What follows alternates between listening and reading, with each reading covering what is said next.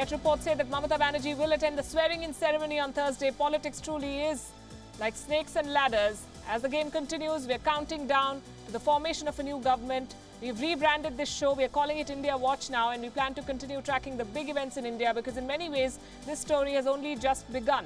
What will Modi 2.0 be like? What should be its priorities?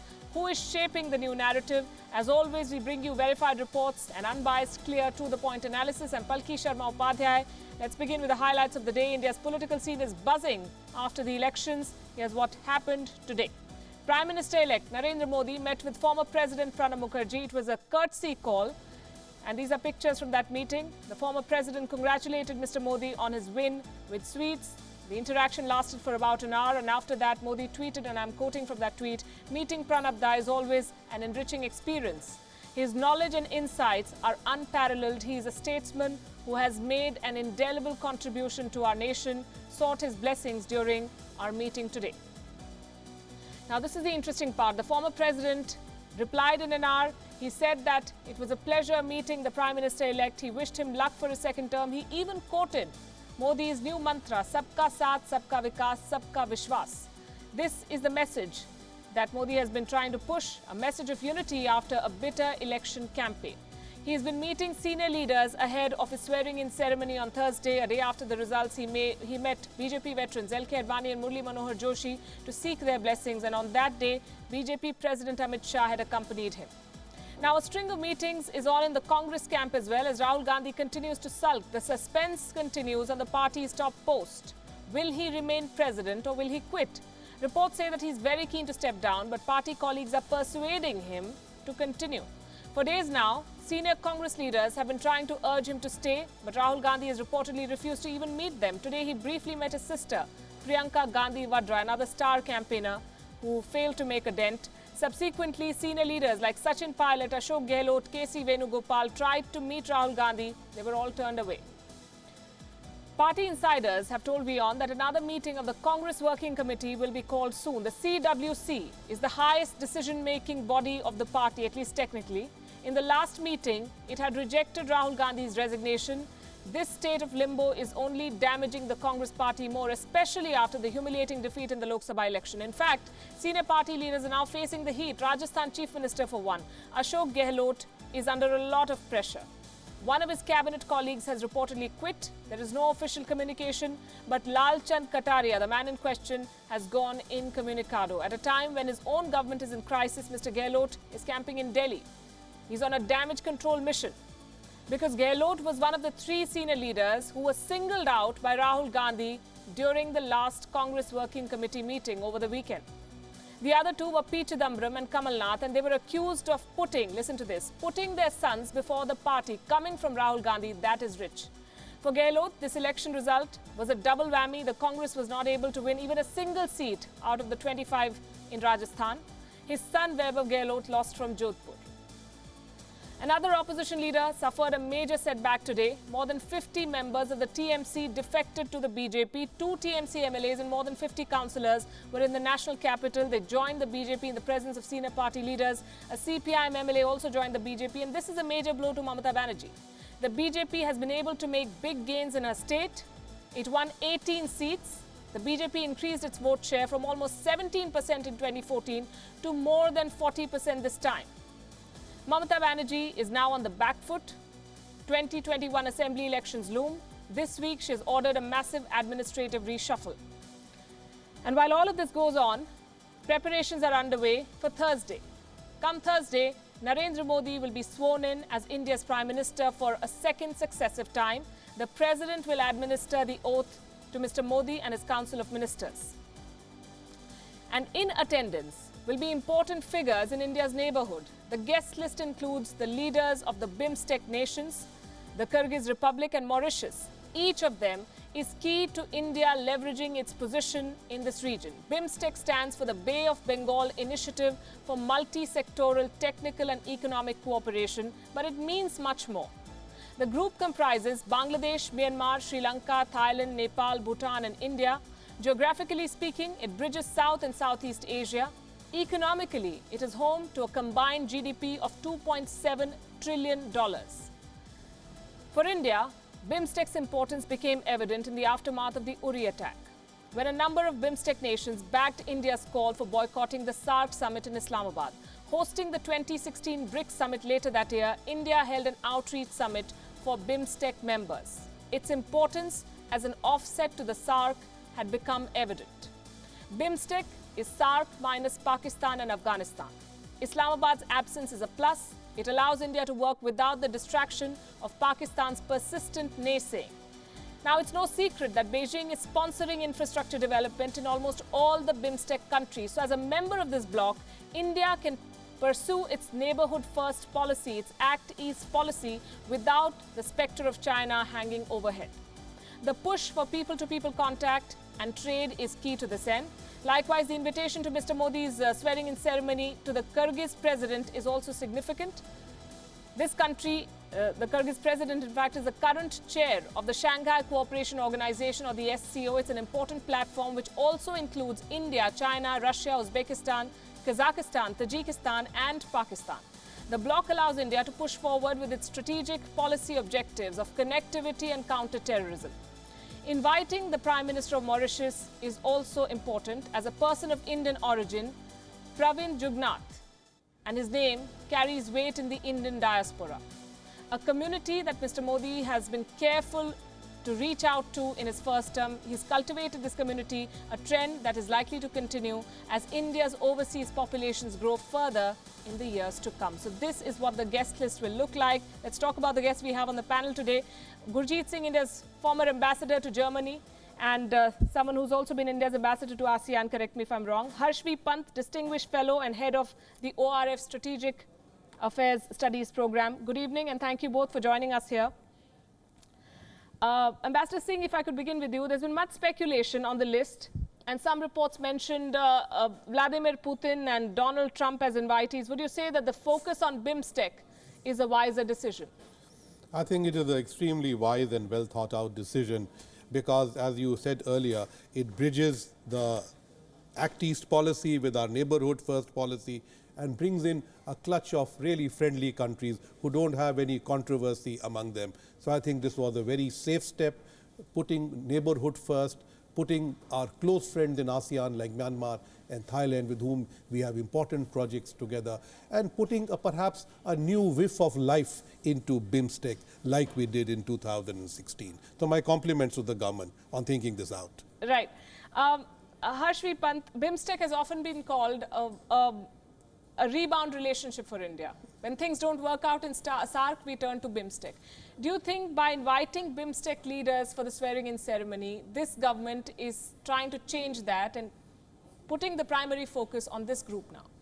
I think this invitation underscores a trend that we have seen over the last few years, especially under this government. And there's been a sense that BIMSTEC as a platform needs to be reinvigorated. And I think that's what has been a sustained message from the Prime Minister and from the External Affairs Minister. And I think that is what we are now seeing in terms of the outreach that the Prime Minister's swearing-in ceremony ostensibly is trying to communicate. And I think if you look at the trend over the last 4 to 5 years, there has been this argument that, you know, after the initial impetus towards SARC and Pakistan, when it did not work out, then I think India's foreign policy has moved significantly in terms of redefining its engagement in the neighborhood by looking at the Bay of Bengal community as one where perhaps India's leadership in the region can be projected. And I think the fact that it bridges and it brings in SARC plus countries, the Southeast Asian countries, I think is something that one has to look at in the larger matrix of Indian foreign policy, where India is looking east, India is looking more proactively towards engaging that part of the region, not only to shore up its leadership credentials, but also to make a larger point that with Pakistan, perhaps regional integration may not go very far, but without Pakistan, we can bring these countries into a larger framework of cohesive regional leadership. Right. Ambassador Singh, is this also a fundamental shift in how we approach the world around us? That the government of India has decided that we will not expend our energies on dealing with Pakistan. We will work elsewhere to ensure that those groups and those relationships are so strong that whatever problems we have with Pakistan can be taken care of. I think we are putting too much emphasis on Pakistan. I would like to see this as a positive step, that we have tried to reach out to our neighbors in a different sense. And here we have Thailand and Myanmar. And don't forget, Thailand is the chair of ASEAN for this year. and Prime Minister will be traveling to Thailand in November for the India, ASEAN and the EAS summit. It's a very important country. Now, when you look at the structure of BIMSTEC, you suddenly find you have a group of 7 rather friendly countries with no controversy among them.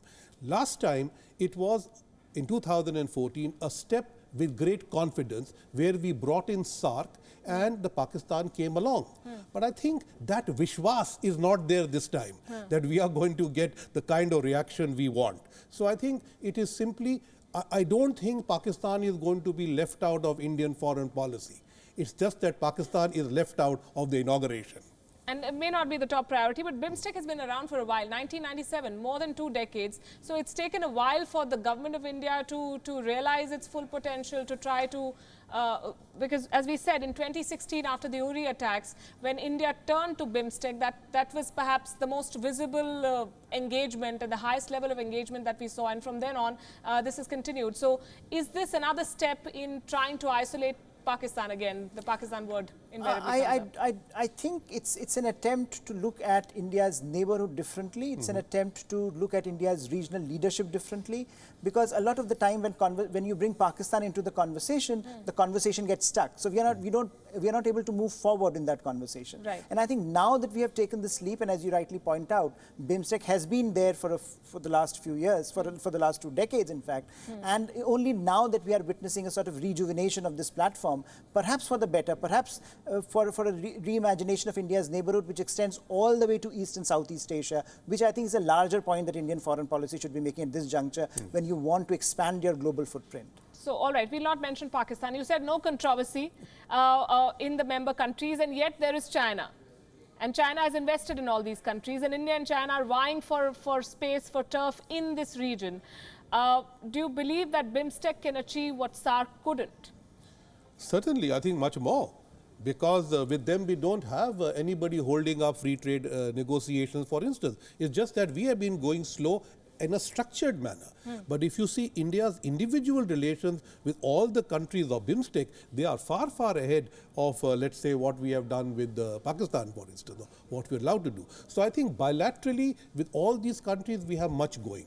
And with Myanmar and Thailand, we actually have the trilateral highway, which is the centerpiece of our relationship with ASEAN, and a big infrastructure project. With Myanmar, we also have the Kaladan multimodal port coming up. Right. And we have several projects. So I think India. So do the Chinese. So do the Chinese. So I do not again see this as competitive. I see, and I would agree with Mr. Pant, I think this is a redefining of our interest in our neighborhood and trying to do more. Now, question is how structured will it become after this one? Right. Can BIMSTEC prove to be an effective counterbalance to China's aggression and presence in the region?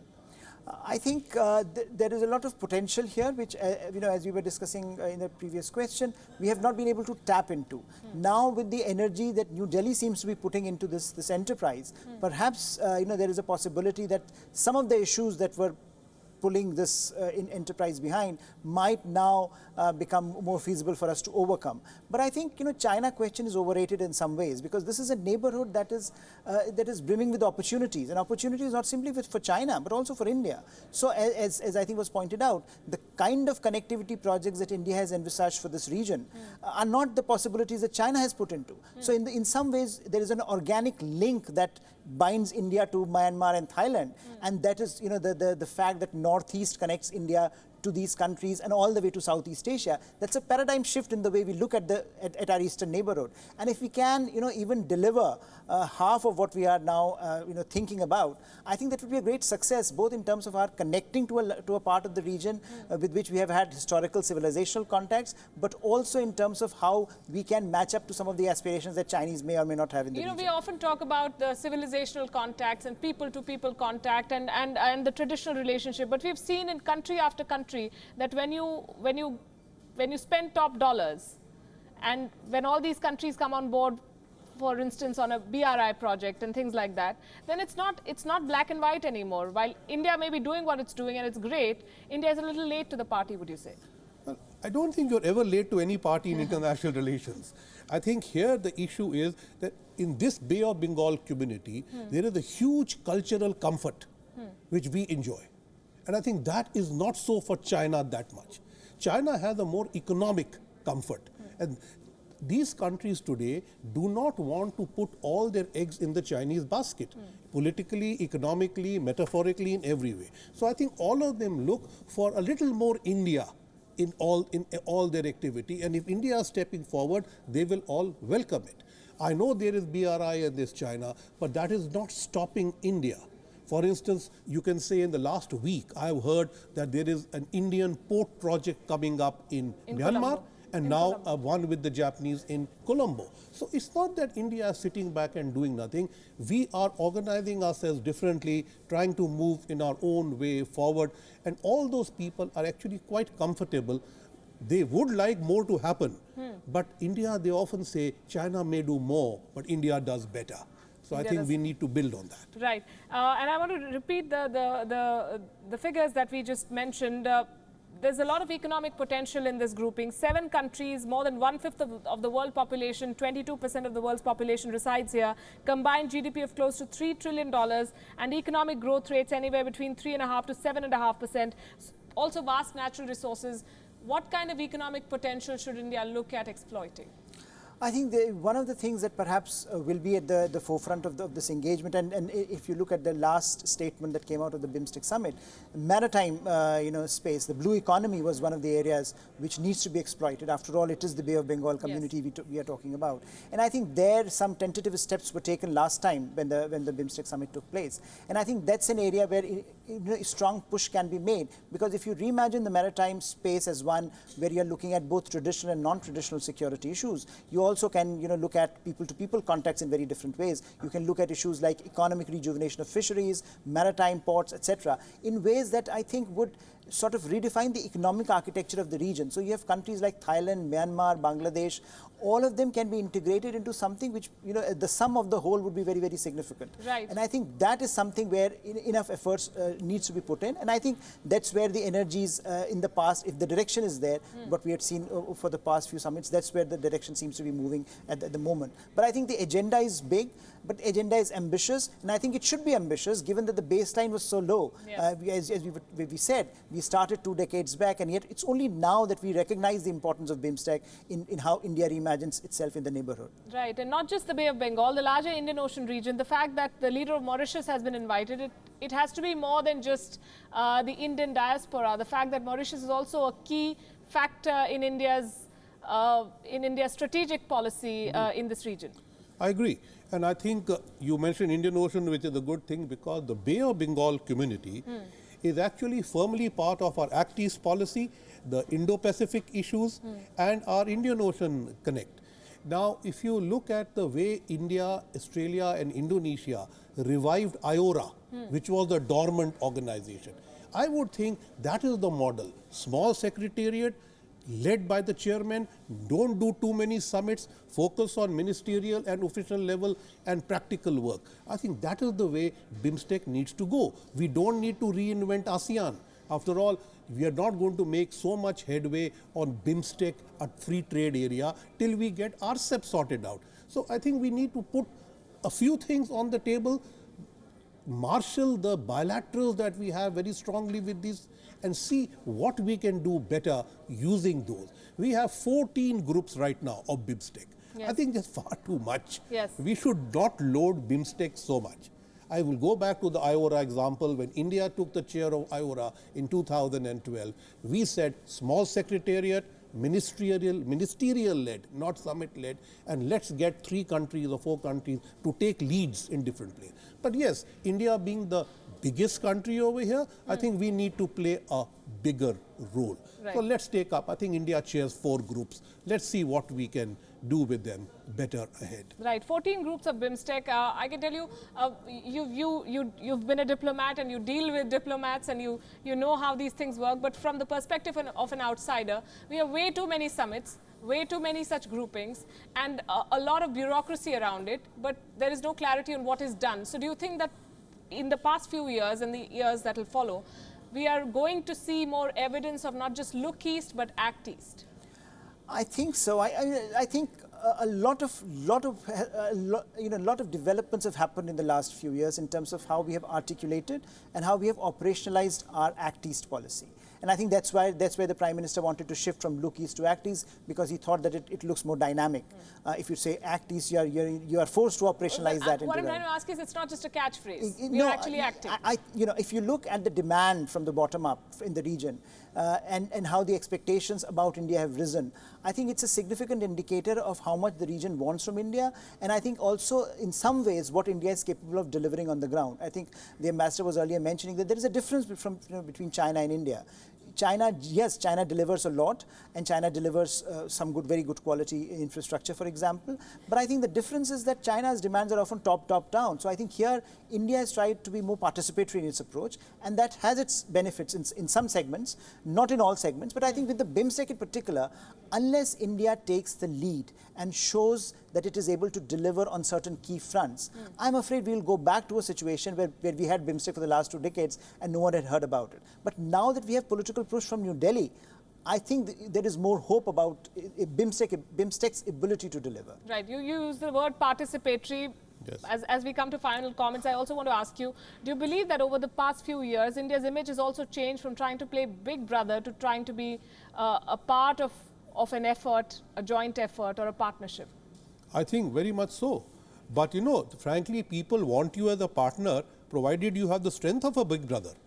Today the world is very transactional. We have cultural comfort, but unless you can keep pouring in money or into funds into doing things, you know, you are as good as your last project. Nobody looks back 30 years ago, how many dams you built. They only want to know what are you doing now. Which is what I said, traditional Yes. So and people-to-people contacts is True. fine, but what are you giving on the table now? I think we need to work with BIMSTEC on things like disaster management, on maritime issues which bring us all together, on coastal works, you know, all kinds of coastal issues are there, including the environment. Plus, I think we need to have one lighthouse project, which like for ASEAN, we have the trilateral highway which goes. Now, what can we do with that kind of a project for this region? What connectivity can we bring? It is digital, physical, what? So I think some connectivity project to give BIMSTEC a reality beyond the political one, I think will be very important. Closing comments. What is it that India should look at exploring from this? I would agree. I think connectivity is something that all countries are looking at. So the China factor comes into play, and now that there are multiple aspects and multiple projects being initiated on connectivity, I think it would be important for India to make a case that India remains a relevant player in this game. So we are now doing a lot with third parties, with the trilateral engagement that we have with Japan, for example, on a number of countries. And I think that perhaps is a way to go about. Given that you want to raise confidence in these countries, that India not only is capable of reimagining its neighborhood, but also delivering on the ground. And I think that's the possibility we need to create in the region, perhaps for the long-term sustenance of this project. Right. Thank you both, Ambassador Singh and Harshvi Pant, for joining us here. BIMSTEC leaders will be part of Prime Minister Modi's second swearing-in ceremony as he takes oath of office on Thursday. Of course, we'll be bringing you a special broadcast around that. Thanks very much for watching.